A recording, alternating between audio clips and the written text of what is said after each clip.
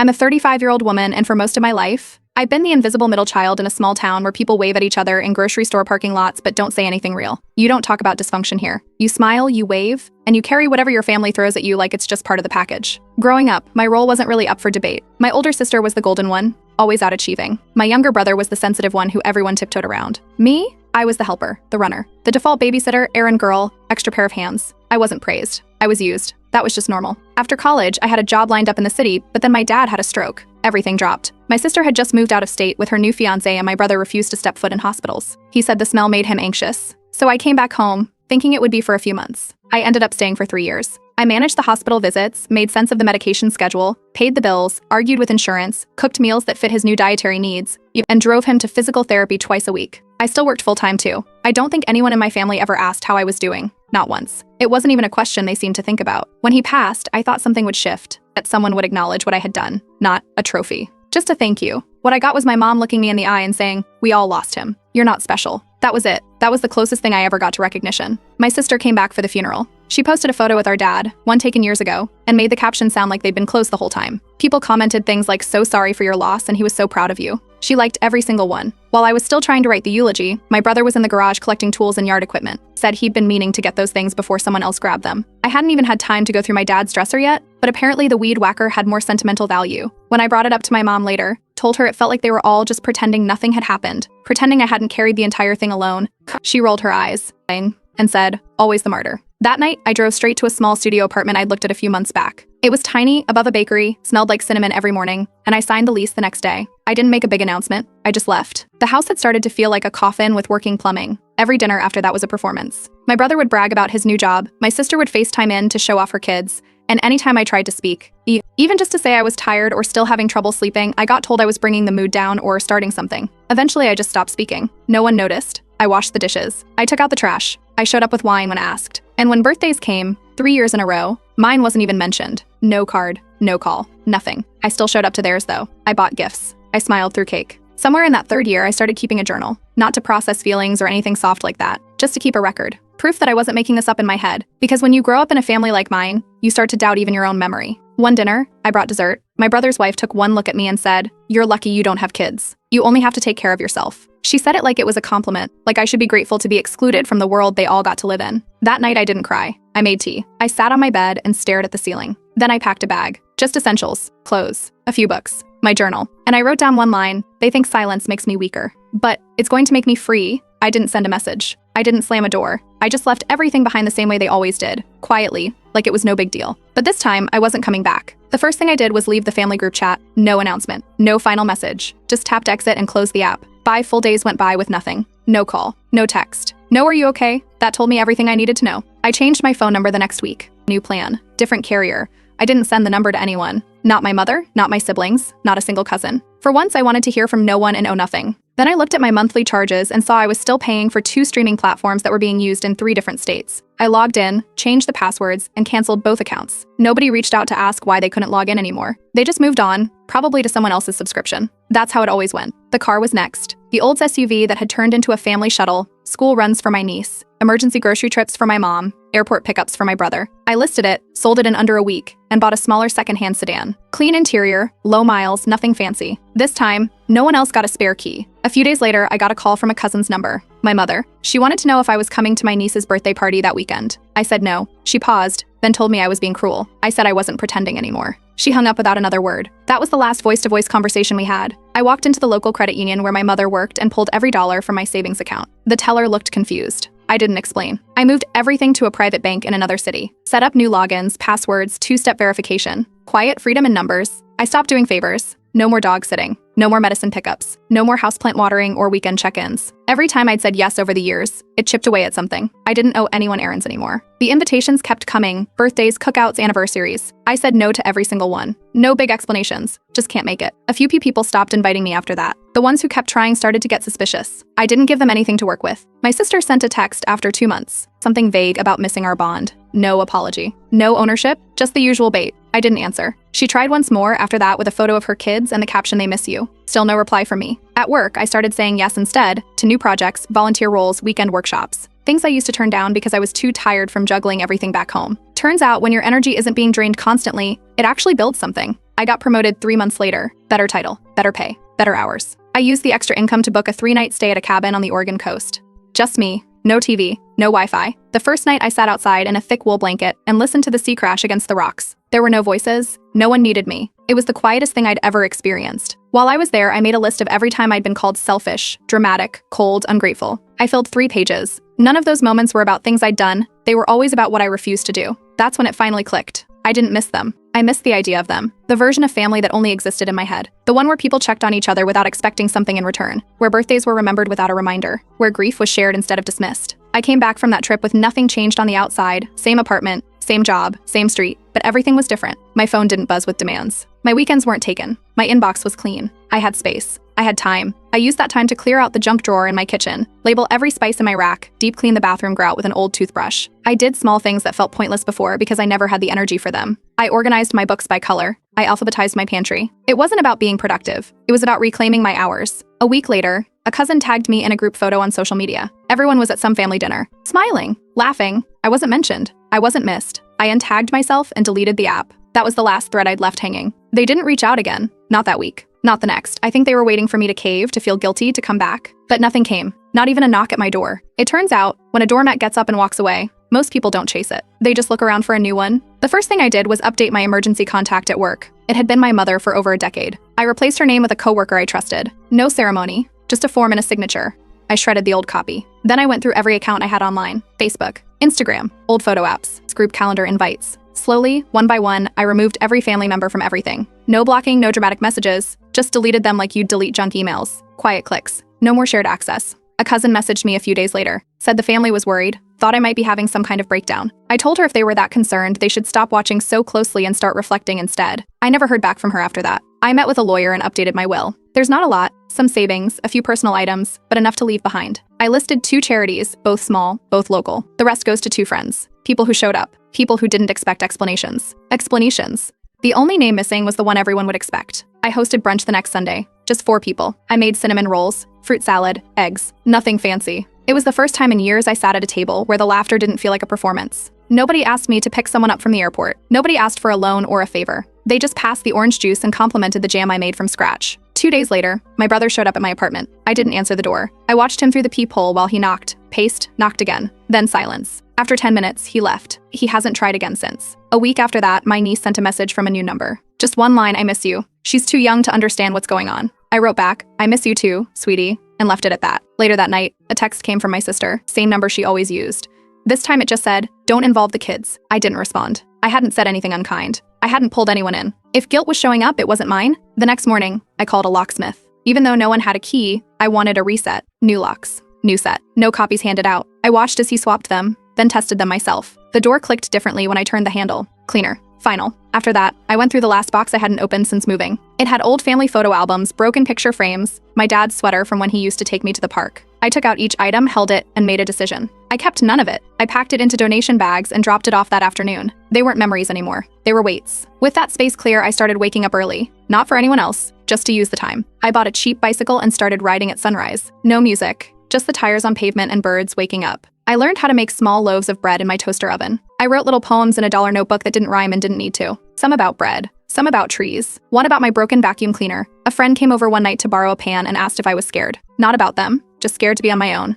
I said it without thinking, you can't be cut off from something you already walked away from. She nodded and didn't ask again. The silence that used to feel sharp now felt soft. The kind of silence that doesn't expect anything from you. No sudden phone calls, no guilt-tripped favors, no surprise drop-ins. Just quiet. I wasn't waking up tense anymore. I wasn't checking my phone 5 times before noon to see who was upset or annoyed. I started skipping weekends on social media entirely. Then weekdays. Then I just stopped posting altogether. A few nights later, I baked a new kind of bread and brought a loaf to a neighbor I barely knew. She gave me back a jar of homemade pickles. We didn't talk long, just exchanged food like it was normal, like I'd always lived this way. I stood at my window that night and looked out at the streetlights. I used to think peace meant everything was okay between people. Now I knew peace was what happened when you didn't need them to be okay with you. No one from my family had tried anything new since my sister's last text. No surprises, no cards, no doorstep appearances. I started to believe maybe they were done trying. Or maybe they just moved on to the next person willing to carry everything for free. Either way, I didn't forgive them. I didn't hate them either. I just didn't think about them much anymore. And that, for once, felt like enough. 3 months into full silence, things shifted. Not for me, but for them.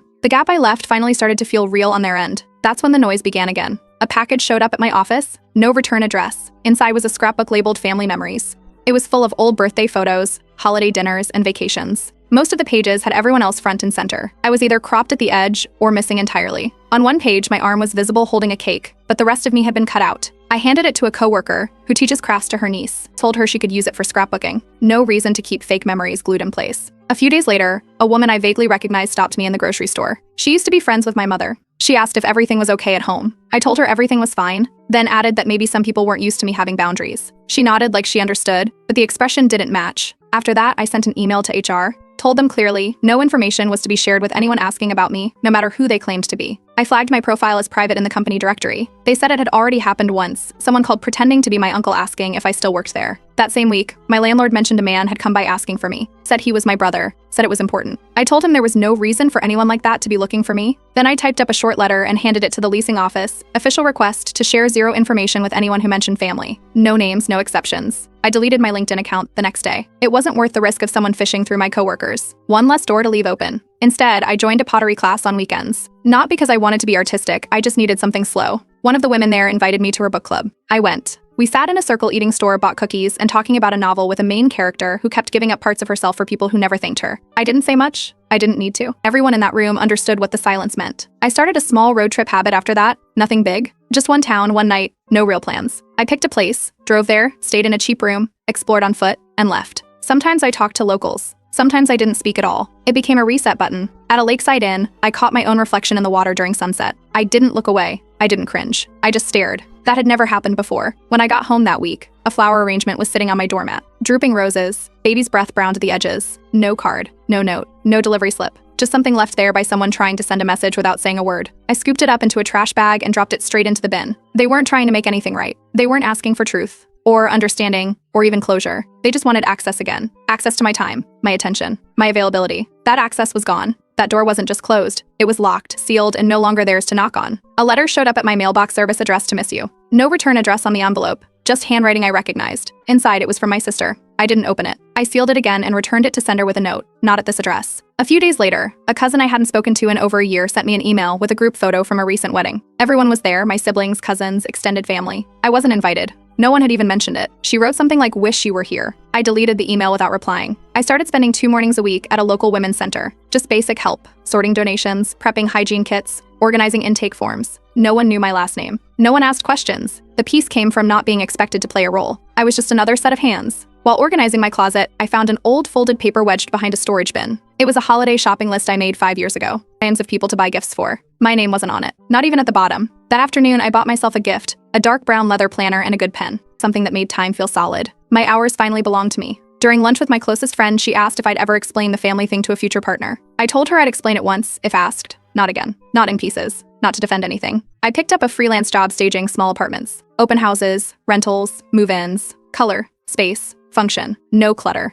No hidden meaning. Just clean lines and good lighting. The work was steady and clear. The decisions were mine. While sourcing secondhand decor, I dropped off a donation box at a local shop. Inside were the last pieces of my childhood room, a faded lamp, a snow globe, an old pillow with a torn seam. Things that had survived every move but never held real value. I figured if no one else had cherished them, I didn't need to either. In another bin, I found one photo of me and my dad fishing. I must have been 12. We were both laughing, and for once I wasn't cropped out or behind someone. I framed it and placed it on my bookshelf. One photo. Tatai? That was enough. Later that week, a birthday card arrived from my mother. No note, just happy birthday and my name in looping script. I didn't open it. I slid it back into the envelope, wrote return to sender, and dropped it off at the post office. That birthday had come and gone too many times without a word. I didn't need her trying to rewrite it now. I met up with my regular friend group and asked them directly not to pass along any more messages from my family, not even the dramatic ones. They agreed. One of them laughed and said, "We're not your mailman." That was enough confirmation. I changed my legal mailing address the same week. New P.O. box. Different neighborhood. Nothing from my past should have been landing on my porch anymore, but I wanted the separation to be official. No more shared zip codes. My days filled up with things I chose, reading in silence, cooking meals for one, helping neighbors, reorganizing shelves, finding flowers that didn't need much sunlight. There were no emergencies, no late night guilt calls, no "can you come over" real quick messages, just peace. While pouring coffee one morning, I looked around my space. Everything was calm, no bags near the door, no voice raised from the other room.